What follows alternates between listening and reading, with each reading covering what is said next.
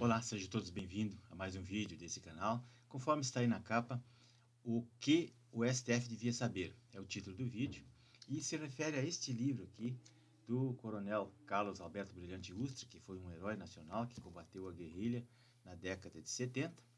E quem quiser saber mais, eu vou deixar o link do vídeo ali e o link do livro que pode ser baixado para ser lido.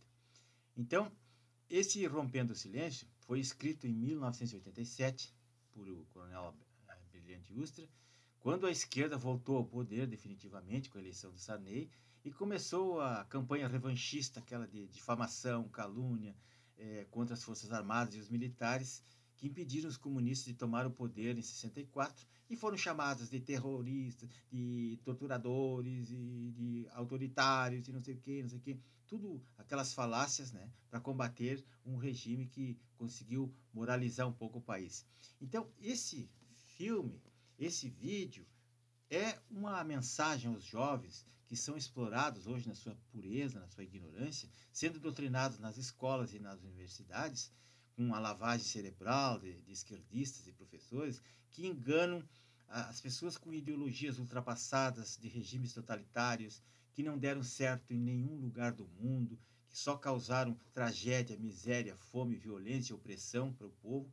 São eternas mentiras disfarçadas da história contemporânea e sementes desse socialismo podre, desse comunismo podre que destrói a humanidade. E muitos, por ignorância, por fanatismo, por má fé, praticam os maiores horrores, os maiores crimes contra a humanidade, contra a pátria, contra si mesmo, contra as suas famílias, seus amigos, para defender esses regimes totalitários aí.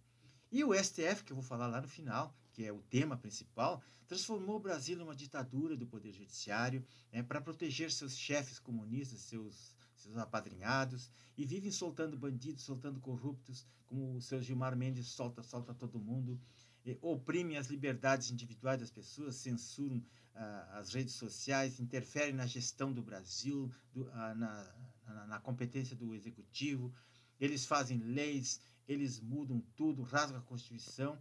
Esse mesmo STF que está aí agora fazendo tudo isso, no tempo do PT, nunca viu nada da roubalheira do PT e seus partidos filiados, nunca viu nada do Foro de São Paulo, nunca viu nada sobre tráfico de droga, tráfico de armas, nunca viu os dinheiros sair do Brasil para sustentar ditaduras comunistas pelo mundo afora. Isso eles não viram nada.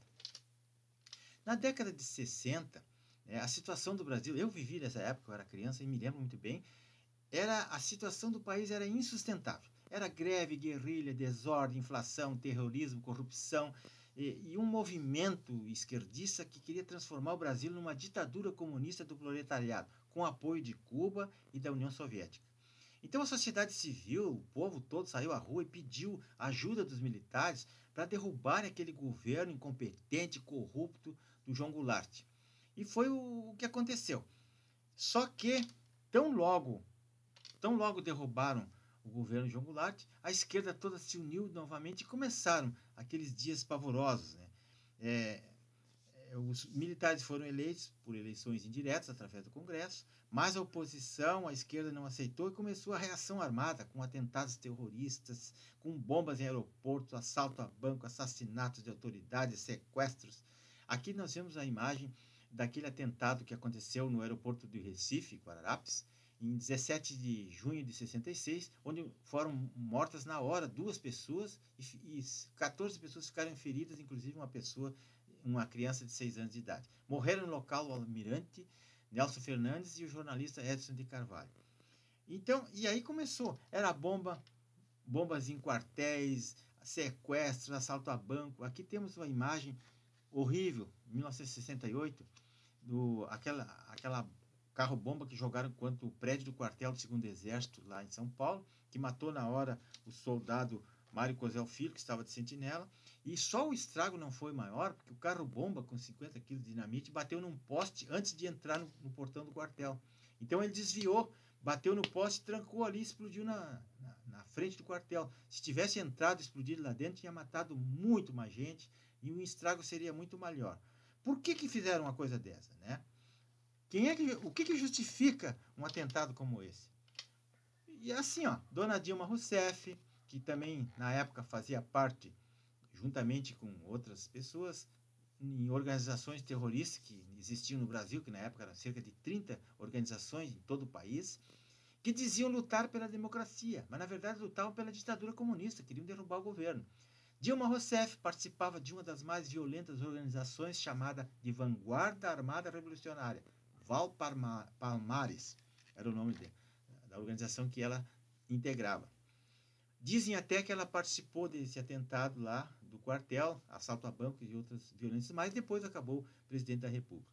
Então, minha gente, aqui tem alguns, centenas de jovens universitários eram aliciados nas universidades, dentro da União Nacional dos Estudantes, ou lá dos diretórios acadêmicos, e eram aliciados por comunistas que participavam desses grupos terroristas, e depois eles se integraram na luta armada. Depois que eles saíram, foram anistiados, eles voltaram para cá e continuaram destruindo o Brasil e contribuindo com a esquerda. Aí tem algumas fotos deles, é tanta gente que não cabe só nos livros para a gente ler e ver os nomes deles, porque é muita gente. Em setembro de 1970, no auge do terrorismo urbano e rural aqui no Brasil, o governo brasileiro criou o CODE, que era Centro de Operações de Defesa Interna, que era para combater a guerra civil que existia aqui dentro, enfrentar as organizações terroristas que ameaçavam a segurança nacional e a vida das pessoas. Então, todos esses terroristas aí, muitos foram presos e processados, uns foram para fora do país, depois voltaram, fugiram, e foram condenados na justiça militar, e lá eles alegavam, porque eu só confessei porque fui torturado no interrogatório. E isso era um mantra, eles usavam esse mantra, todo mundo foi torturado. Mas na hora de explodir pessoas, de assaltar banco, de sequestrar autoridade, de explodir pessoas, de roubar quartel, de matar policial militar, de matar militares ou civis, aí não era tortura, aí era tudo normal, tudo do peru, tudo beleza. Então, uma dessas pessoas foi a então estudante de novela e ela é uma atriz da Globo, muito famosa aí, que era militante da VAR Palmares, o nome dela Elizabeth, Mendes, nome completo Elizabeth Mendes de Oliveira, era uma terrorista dos anos 70, usava o codinome de Rosa ou Beth Mendes, e era militante da Vanguarda Armada Revolucionária, em São Paulo, atuava no setor de inteligência da organização e se dedicava à propaganda e à regimentação no meio estudantil universitário onde ela estudava. Ela foi presa pela primeira vez em setembro de 70, permaneceu 4 dias detida, depois liberaram. Em outubro ela voltou de novo, foi presa novamente, ficou 30 dias encarcerada e depois ela foi absolvida pelo Tribunal Superior Militar. Só que depois da anistia, dona Beth Mendes, ela entrou para o PT, foi eleita deputada federal, e em 83 ela foi expulsa do partido, porque ela votou ela votou a favor do Tancredo Neves na eleição indireta, para a escolha de presidente. Depois ela saiu, se filiou para o MDB, depois voltou para outra esquerda, não sei como é que está a situação dela.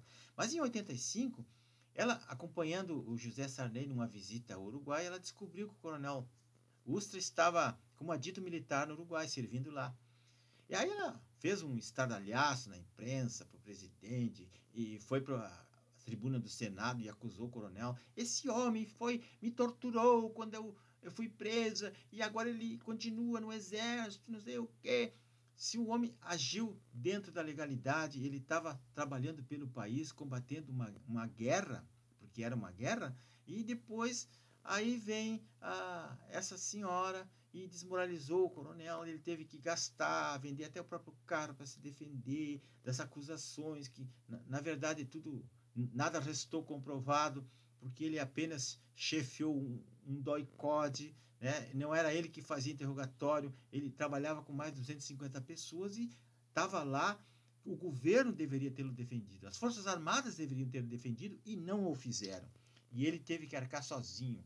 Ele morreu de câncer, gastou tudo que tinha para se defender, porque, na verdade, ele prejudicou a carreira e a família dele, que sempre foi ameaçada, que tiveram que até sair do país, por causa das agressões e das perseguições da esquerda.